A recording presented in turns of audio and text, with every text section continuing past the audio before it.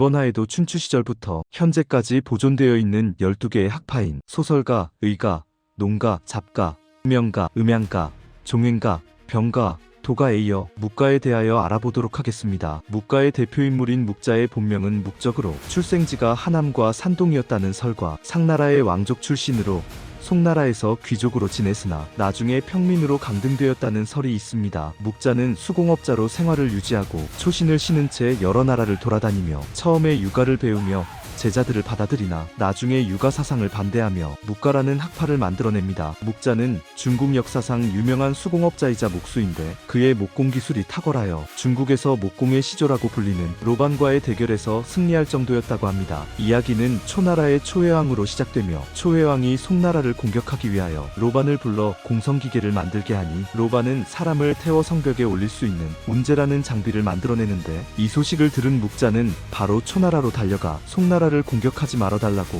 초해왕을 설득하려다 실패하자 자신이 송나라를 도와 초나라의 공격을 막아낼 수 있다고 얘기한 후 자신의 허리띠를 풀어 성벽으로 가장하고 초해왕 앞에서 수성할 방법을 설명하기 시작하는데 로반이 운제로 공격하면 불화살을 쏘고 충차로 성문을 공격하면 성위에서 바위를 던지며 땅을 파서 공격하면 연기를 피우는 방식으로 로반의 9가지 공성 방법을 모두 막아냅니다. 화가 난 로반이 자신에게 아직 좋은 방법이 있으나 알려주지 않겠다고 얘기하자 묵자도 자신이 로반이 어떤 방법을 사용할지 알고 있지만 자신도 알려주지 않겠다며 신경전을 벌이는데 옆에 있던 초해왕이 답답하여 로반이 어떤 방법을 사용할 건지 물어보자 묵자는 로반은 자신이 송나라로 돌아가 수성을 지휘하지 못하게 하려고 자신을 죽이려 할 것이나 자신은 그것까지 예측하고 300명의 제자에게 수성하는 방법을 가르친 후 송나라에 보냈으니 자신을 죽여도 초나라는 공성에 성공하지 못할 거라고 얘기하니 초해왕은 묵자의 용기와 지혜에 감탄하여 송나라를 공격하지 않았다고 하는데 묵자가 자신의 규칙대로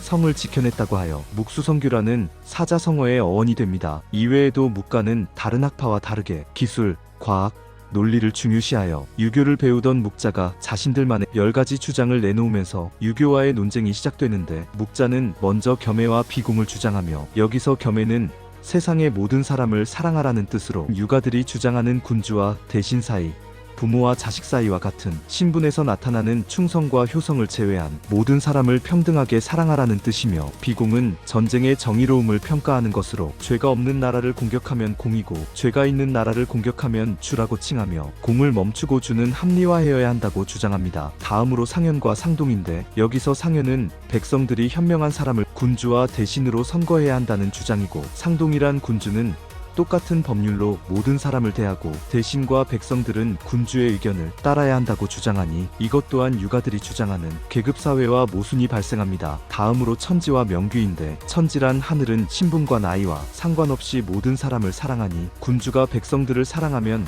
복을 받을 수 있다는 뜻이고 명귀는 그 반대로 군주와 귀족들이 백성들을 학대하면 귀신의 처벌을 받을 것이라고 주장합니다. 비명이란 세상엔 태어날 때부터 정해진 운명이란 것이 존재하지 않아 부지런한 사람은 잘 살고 게으른 사람은 굶어 죽듯이 이것은 운명이 아닌 자신이 만들어낸 결과라고 주장하며 비약은 모든 사람은 공평하니 신분을 나타내는 데 사용되는 연회를 줄이라는 뜻입니다. 마지막으로 절용과 절장인데 절용은 귀족들이 사치를 즐기는 것은 백성들의 재물을 약탈하는 것과 같으니 귀족들에게 절약하는 습관을 키울 것을 요구하고 절장도 절용과 비슷한 내용으로 군주나 귀족들은 절약하는 습관을 키워 대규모의 제사나 장례를 치르지 말라는 뜻입니다. 묵자의 이런 주장은 모든 방면에서 신분관계를 중요시하는 유가와 귀족들의 반발을 받게 되었지만 춘추 시기 초반까지 묵가는 유가와 어깨를 나란히 할 정도의 학파로 성장하며 묵자가 돌아간 후부터 3가지 파벌로 형성되어 묵가의 사상을 전파하는데 진나라의 상리씨가 기술을 연구하는 반면 제나라의 상부씨는 여러 나라를 돌아다니며 변론과 봉기를 일으키는 방식으로 폭력을 반대하고 초나라의 등릉씨는 협객들로 구성되어 직접 전쟁에 참여하거나 암살하는 방법으로